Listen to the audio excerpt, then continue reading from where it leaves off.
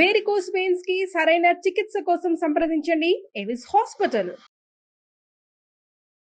నమస్కారం, మీరు చూస్తుంది సుమన్ టీవీ. నేను మీ కీర్తి. నాతో పాటు ఉన్నారు ప్రముఖ ఆస్ట్రాలజర్ బ్రహ్మశ్రీ నందిబట్ల శ్రీహరి శర్మ గురుగారు.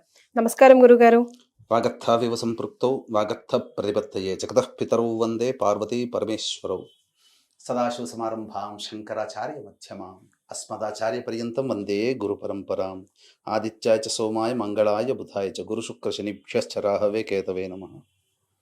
శృంగేరి జగద్గురు పీఠాధిపతులకి, కంచి పీఠాధిపతులకి నమస్కారములు తెలియజేసుకుంటూ కార్యక్రమాన్ని ప్రారంభిద్దాం. గురుగారు, 2024 ఇక ఎండింగ్కి వచ్చేసింది. శనివారం శని త్రయోదశి అత్యంత ప్రభావితమైన రోజు అని అంటున్నారు కూడా. అలాగే శని పీడ నుంచి బయటపడడానికి ఈ రోజుని చాలా సద్వినియోగం చేసుకోవచ్చు. ఎలాగో వచ్చే సంవత్సరం కూడా శని మార్పు చెందుతుంది అంటున్నారు. మరి ద్వాదశ రాశుల్లో ఎవరికి ఈ శని త్రయోదశి అత్యంత ప్రభావితం చూపించబోతుంది అంటారు, తెలియజేస్తారా? తప్పకుండానమ్మా. ఇప్పుడు మనము గమనించుకోవాల్సినటువంటి అంశం ఏంటంటే, మనకున్నటువంటివి 12 మాసాలు.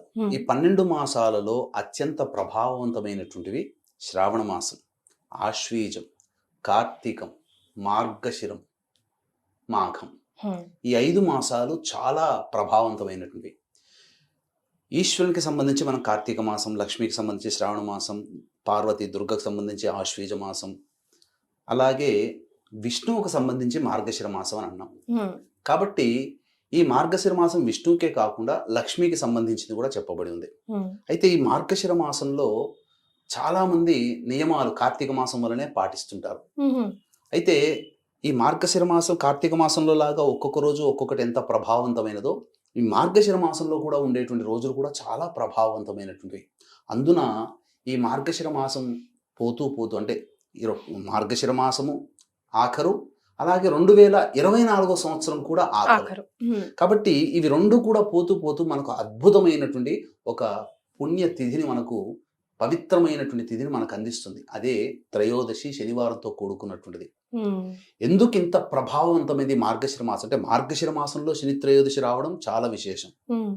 పైగా శనికి సంబంధించినటువంటి నక్షత్రాలు ఉత్తరాభాద్ర, పుష్యమి, అనురాధ. ఆ రోజు అనురాధ నక్షత్రం అయి ఉండడం చాలా విశేషం. కాబట్టి శని చాలా ప్రభావవంతంగా బలంగా ఉంటాడు ఆ నక్షత్రంలో. ఎందుకు అనంటే, ప్రధానంగా ఈ శని సంబంధించినటువంటి రాశులు కనుక చూసుకుంటే, శని నక్షత్రాన్ని ఏలుతున్నటువంటి రాశులు చూసుకుంటే, మీన రాశి, కర్కాటక రాశి, వృశ్చిక రాశిలో శని నక్షత్రాలు ఉంటాయి. ఇందులో వృశ్చిక రాశి చాలా ప్రభావవంతమైనటువంటిది. కాబట్టి ఈ వృశ్చిక రాశిలో శని త్రయోదశి అనేటువంటిది జరుగుతుంది కాలమాన ప్రకారం. కాబట్టి వీక్షించేటువంటి సుమన్ టీవీ ప్రేక్షకులు కూడా భవిష్యత్తు అంటే 2025 సంవత్సరం మార్చి ఈ సంబంధించి శని మారుతున్నాడు. మనకు 29వ తారీఖు నాడు మారుతున్నాడు. కొన్ని పంచాంగాల ప్రకారం తేదీలు కొన్ని అటు ఇటు ఉంటాయి. శని కుంభరాశి నుంచి మీనరాశికి మారుతున్నాడు. ఇప్పటి వరకు శని ప్రభావానికి గురైనటువంటి రాశులు ఏవంటే, వృషభ రాశి, మిథున రాశి, కర్కాటక రాశి, సింహరాశి, తులారాశి, వృశ్చిక రాశి, మకరము, కుంభము, మీన రాశులు. ఈ యొక్క 9 రాశులు శని ప్రభావానికి గురవుతున్నాయి. కానీ శని మార్పు చెందుతున్నాడు కదా. మార్పు చెందినప్పుడు ఏమవుతుంది, మిగతా రాశులు కూడా, మిగిలినటువంటి రాశులు ఇప్పటి వరకు ఏవైతే బాగున్నాయి, మాకే శని బాధ లేవు అని అనుకుంటున్నారో అవుతాయి. ఏమవుతుంది, మేషరాశికి ఏలినాడు శని ప్రభావం స్టార్ట్ అవుతుంది. తర్వాత మిథున రాశికి మళ్ళీ కంటక శని ప్రభావం తోడవుతుంది. కన్యా రాశి వారికి భాగస్వామ్య దాంపత్య శని దోషం ఏర్పాటు అవుతుంది. ఇక ఈ సంబంధించినటువంటి ధనుస్సు రాశి వారికి అర్ధాష్టమ శని దోషం. ఇక తర్వాత సింహరాశి వారికి అష్టమ శని దోషం. పోనీ కర్కాటక రాశి వారికి అష్టమ శని దోషం ఎప్పుడుందనంటే, ఈ కర్కాటక రాశి వారికి, వృశ్చిక రాశి వారికి యోగ శని దోష ప్రభావం. వెరసి ఎటు చూసినా 12 రాశులకి ప్రభావాన్ని, అనగా ఈ ధనుస్సు, మేషము, తర్వాత కన్యా రాశికి లేనటువంటి ఈ శని దోషము వచ్చే సంవత్సరం నుంచి మళ్ళీ వీటికి ఏర్పడుతుంది. కాబట్టి ఈ ఎండింగ్లో ఇప్పుడు ఉన్నటువంటి రాశులకు ఏవైతే ఉన్నాయో, ఈ మొత్తం 12 రాశులు ప్రభావితం అవుతున్నాయి. ముఖ్యంగా చెప్పొచ్చేది ఏంటంటే, మాకు శని దోషం పోయింది, అర్ధాష్టమ శని దోషం పోయింది అని చెప్పి ఆ ఆనందంగా ఉండే వృశ్చిక రాశి వారికి మళ్ళీ వచ్చే సంవత్సరం మధ్యకాలంలో శని మళ్ళీ వక్రీకరించినటువంటి కారణం చేత మళ్ళీ అర్ధాష్టమ శని దోషం ఉంటుంది. అష్టమ శని దోషం మాకు పోతుంది అనుకునే కర్కాటక రాశి వారికి మళ్ళీ 2025 సంవత్సరంలో మధ్యలో మళ్ళీ శని వెనక్కి వచ్చేస్తున్నాడు. ఓకే. ఇలా ఈ రాశుల వారికి ఇక పోతుంది శని ప్రభావం అనుకున్న వాళ్ళకి మళ్ళీ వస్తున్నాడు 2025లో. కాబట్టి వీక్షించేటువంటి ప్రేక్షకులు గమనించాల్సింది ఏంటంటే ఈ యొక్క 12 రాశుల వారు కూడాను చేసుకోదగినటువంటి పరిహారము శని త్రయోదశి ఈ 2024 సంవత్సరంలో.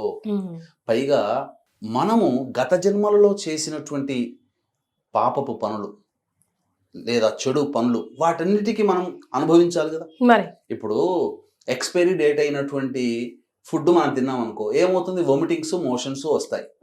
అంతే కదమ్మా. అంటే అది పాడైపోయింది. అంటే అదే విధంగా మనం చేయకూడని పనులు గత జన్మలో చేసినప్పుడు వాటి ప్రభావాన్ని తినకూడని పదార్థం మనం తిని మన శరీరం ఎట్లా బాధపడుతుందో అలాగే చేయకూడని పనులు గత జన్మలో చేసినప్పుడు ఈ జన్మలలో మనం అనుభవిస్తాం.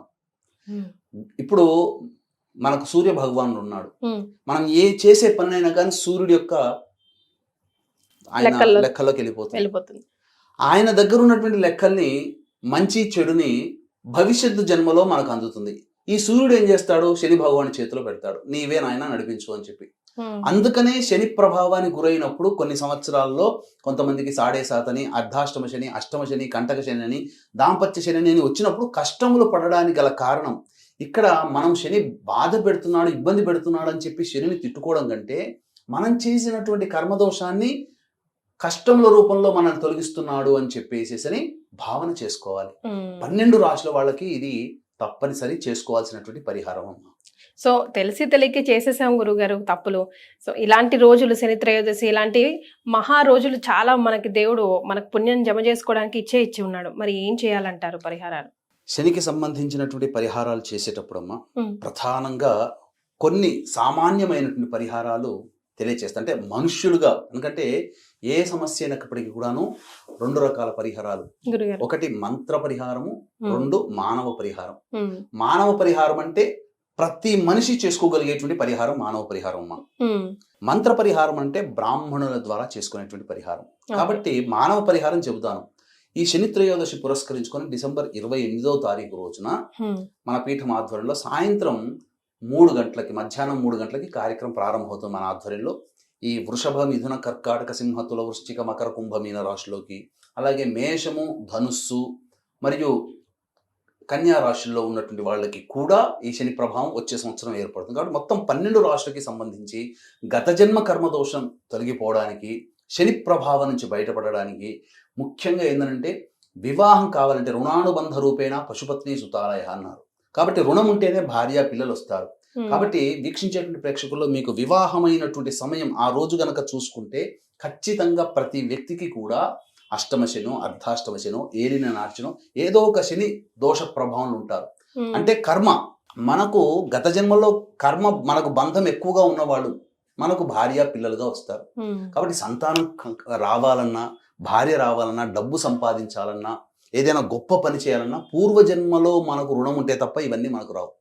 కాబట్టి గత జన్మ కర్మదోష నివారణకి, అలాగే 12 రాశుల్లో జన్మించినటువంటి వారికి శని దోష పరిహారార్థమై డిసెంబర్ 28వ తారీఖు రోజున మన పీఠం ఆధ్వర్యంలో శని దోష నివారణ పూజలు, అలాగే వివాహం కాని అబ్బాయిలకి అమ్మాయిలకి హోమాలు, గత జన్మ కర్మదోష నివారణ హోమాలు అనేటువంటివి పర్ హెడ్ 1500 రూపాయలకి చేయించడం జరుగుతుంది. అవకాశం ఉన్న వాళ్ళు కార్యక్రమ తదనంతరం కాంటాక్ట్ చేసి ఆ యొక్క రిజిస్ట్రేషన్ వివరాలు నమోదు చేసుకోవచ్చు. ఇక ప్రత్యేకించి ఎటువంటి పరిహారాలు పాటించాలి అన్నప్పుడు ప్రధానంగా విష్ణు భగవానుడి యొక్క అనుగ్రహం కలిగిందంటే శని బాధలు, కష్టాలు అనేటువంటి తొలగించేవాడు విష్ణు భగవానుడు. కాబట్టి పొద్దున్నే లేచి మర్రి చెట్టు దగ్గరకైనా ఉంటే, లేకపోతే రావి చెట్టు ఉన్నటువంటి దేవాలయానికి వెళ్ళి ఆ రావి చెట్టు చుట్టూ మీనము, మేషము, కర్కాటకము, సింహము, వృశ్చికము, ధనుస్సు ఈ 6 రాశుల్లో జన్మించిన వాళ్ళు నారాయణాయ నమః అంటూ 27 ప్రదక్షిణలు చేసి తూర్పు వైపున కూర్చొని విష్ణు అష్టోత్తరం 3 సార్లు పారాయణం చేయాలి. చేసి అంతకుముందు వెంట తెచ్చుకున్నటువంటి ఒక చెంబులో, రాగి చెంబులోనైనా ఆ నీళ్ళని ఆ రావి చెట్టు మొదట్లో వేసి ఆ విధంగా వెనక్కి తిరిగి వచ్చేయాలి. అదొక పరిహారం. ఆ మీన, మేష, కర్కాటక, సింహ, వృశ్చిక, ధనుసు రాశిలో జన్మించిన వాడు. ఇక మిగిలినటువంటివి వృషభ, మిథున, కన్య, తుల, మకర, కుంభ, ఈ 6 రాశుల్లో జన్మించిన వాళ్ళు శివాయ నమః అంటూ 27 ప్రదక్షిణలు చేసి ఉత్తరం వైపు ఫేస్ పెట్టి శివ అష్టోత్తరం 3 సార్లు పారాయణం చేయాలి. చేసి ఆ రాయి చెంబులో నీళ్లు వేసి వెనక్కి తిరిగి చూడకుండా ఇంటికి వచ్చేయాలి. ఇక తర్వాత ఆ రోజంతా ఉపవాసం ఉంటే చాలా మంచిదమ్మా. ఇక 1:15 నుంచి 2:15 మధ్య కాలంలో సుమారు శని హోర ఉంటుంది. కాబట్టి ఆ శని హోరలో ఎవరైనా వృద్ధాశ్రమంలో కానీ, మానసిక శారీరక వికలాంగులున్న ఆశ్రమం కానీ, పారిశుద్ధ్య కార్మికులకి కానీ తినే పదార్థాలు, పారిశుద్ధ్య కార్మికులైతే కిచెన్ సామాన్లు, అట్లీస్ట్ ఎవరికైనా పెద్దవాళ్ళకి టీ తాగడానికైనా, భిక్షగాళ్ళకి, అనాథలకి ఎవరికైనా టీ తాగడానికి 10 రూపాయలు ఇచ్చినా చాలమ్మా. ఆ విధంగా చేసి దానం చేయండి. ఆ సమయంలో చేసిన తర్వాత ప్రదోష కాలం వరకు కూడా వేచి చూడండి. ఉపవాసం ఉంటే చాలా మంచిది, లేకపోతే ఉండని వాళ్ళు భోజనం చేయొచ్చు.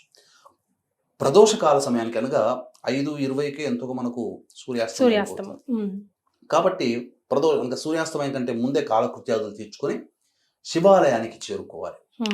చేరుకొని నవగ్రహాల చుట్టూ శివాయ నమః అంటూ 27 ప్రదక్షిణలు చేసి శని భగవానుడికి ఎదురుగా నిలుచుని ఇనుప ప్రమిదలో కానీ, మట్టి ప్రమిదలో కానీ నల్ల నువ్వుల నూనె వేసి, నల్ల ఒత్తి అంటే ఏంది, ఇప్పుడు ఇది బ్లూ కలర్ కదమ్మా, నల్ల వస్త్రముని కొద్దిగా కట్ చేసుకొని ఇట్లా నలిపేస్తే ఒక ఒత్తి తయారవుతుంది. ఆ నల్ల ఒత్తిని దీపారాధన చేసి తదనంతరం ఆ యొక్క శనీశ్వరుడికి తైలాభిషేకం బ్రాహ్మణుని పెట్టైనా చేయొచ్చు, లేదా శివాయ నమః అనుకుంటూ కూడా అభిషేకం చేసి అక్కడ నల్ల నువ్వుల ఉండలు నైవేద్యంగా పెట్టండి. ఒక 8 పెట్టండి. పెట్టిన తర్వాత అప్పుడు శివాలయానికి చేరుకొని ఇంకా అవకాశం ఉంటే అంతరాలయమైనా లేదా బాహ్యాలయంలోనైనా కానీ నల్ల నువ్వుల నూనెతో కాలభైరవుడు ఉంటే కాలభైరవుడికి అభిషేకం, లేకపోతే ఈశ్వరుడికైనా కానీ నల్ల నువ్వుల నూనెతో అభిషేకం చేయాలి. చేస్తే గత జన్మ కర్మదోషం తొలగిపోతుంది, శని బాధలు తొలగిపోతాయి. తదనంతరం నీలి రంగు చామంతి పుష్పాలతో అర్చన చేయాలి. ఈ విధంగా చేయడం, లేదా శంకు పుష్ప పూలతోనైనా కానీ అర్చన చేయాలి, లేదా ఏ పుష్పాలనైనా చేయవచ్చు, లేదా మారేడుదలతో అర్చన చేయవచ్చు.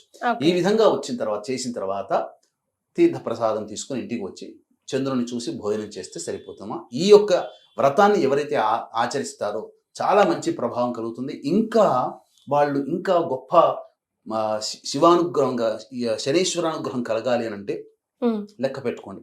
హనుమాన్ చాలీసా ఒక 11 సార్లు, శివ చాలీసా ఒక 11 సార్లు, కాలభైరవాష్టకం ఒక 11 సార్లు, దత్త కవచం 11 సార్లు. ఇవి చేయండి. అంటే ఆ రోజంతా కూడా సమయం ఉన్నవాళ్ళు చేయొచ్చు. కనీసం ఈ 11 సార్లు చేయలేని వాళ్ళు కనీస పక్షంలో ఈ చెప్పినటువంటివి 3 సార్లు అయినా పారాయణం చేస్తే వాళ్ళకి పట్టినటువంటి శని దోషం అంతా తొలగిపోతుంది. భవిష్యత్తులో అంటే మాకు ఎలా తెలుస్తుంది దోషం తొలగిపోతుంది అని అంటే, ఇప్పుడు మనకు జ్వరం వచ్చిన వాడికి ఇంజెక్షన్ వేసినా, టాబ్లెట్ వేసినా 1 గంట తర్వాత శరీరం చల్లబడిపోయి చెమటలు వచ్చేసేస్తాయి. అలాగే ఒక జ్వరం తగ్గడానికే మనకు సూచన 1 గంట సేపు తీసుకుంటే ఈ శని ప్రభావం తొలగింది అని చెప్పుకోవడానికి మనము ఇది పరిహారం దైవానికి అనుగ్రహం కోసం చేస్తాం కదా. తర్వాత కొంతకాలానికి మనం ఏదైనా ప్రయత్నం చేస్తున్నాం, ఎన్నోళ్ల నుంచి 2-3 నెలల నుంచి, గత 2-3 నెలల నుంచి అనుకున్నటువంటి పనులు, ఆటంకాలు ఉంటాయి కదా, అవన్నీ మనకు నివృత్తి అవలీలగా అయిపోతుంటాయి. ఆ విధమైనటువంటి ఎక్స్పీరియన్స్తో మనం అనుభవంగా మనం తెలుసుకోవాలి. అంతే తప్ప ఇది చేసాం కదా రాత్రికి ఫోన్ రావాలి, వీసా వచ్చేయాలి అని అంటే కాదు. దైవానుగ్రహం కోసం మనం చేయాలి. ఇటువంటి పరిహారాలు చేసుకుంటే మంచిది. లేదు డిసెంబర్ 28వ తారీఖు రోజున మన పీఠం ఆధ్వర్యంలో జరిగే ఆ యొక్క కార్యక్రమాల్లో నమోదు చేసుకోవచ్చు. మళ్ళీ డిసెంబర్ 30వ తారీఖు రోజున అద్భుతమైనటువంటి రోజు సోమవతి అమావాస్య. ఆ రోజున బగలాముఖి, ప్రత్యంగిర, అలాగే లక్ష్మీ మూలమంత్ర సంకృతి లక్ష్మీ సూక్త హోమం. ఎందుకంటే దాంపత్య సమస్యలు, అలాగే ఆర్థిక సమస్యలు, ఉద్యోగ సమస్యలు, వ్యాపార సమస్యలు, శత్రు సమస్యల నివారణకి ఈ హోమాలు డిసెంబర్ 30వ తారీఖు రోజున చేస్తున్నాము. ఓకే. సో చేసిన పాపంతో, పూర్వజన్మలో చేసిన పాపంతో కాశీకి వెళ్ళినా తీరదు అంటారు. కానీ ఇలాంటి రోజుల్లో మనం ఏదో పుణ్యం చేసుకునే ఉంటాం. ఈ వీడియో ద్వారా, గురుగారి ద్వారా మనం పరిహారాన్ని పాటించుకోవడానికి అవకాశం వచ్చింది. కాబట్టి వచ్చే సంవత్సరాన్ని బ్రైట్గా స్టార్ట్ చేయాలి అంటే ఈ సంవత్సరంలో మనకు పీడిస్తున్న శని బాధల్ని ఇక్కడ కొంచెం వదిలేసుకుంటే బాగుంటుంది. అంతే కదా గురుగారు? అంతేనమ్మా. చాలా సంతోషం అండి. ధన్యవాదాలు. సర్వం శ్రీ ఉమామహేశ్వర పరబ్రహ్మార్పణమస్తు.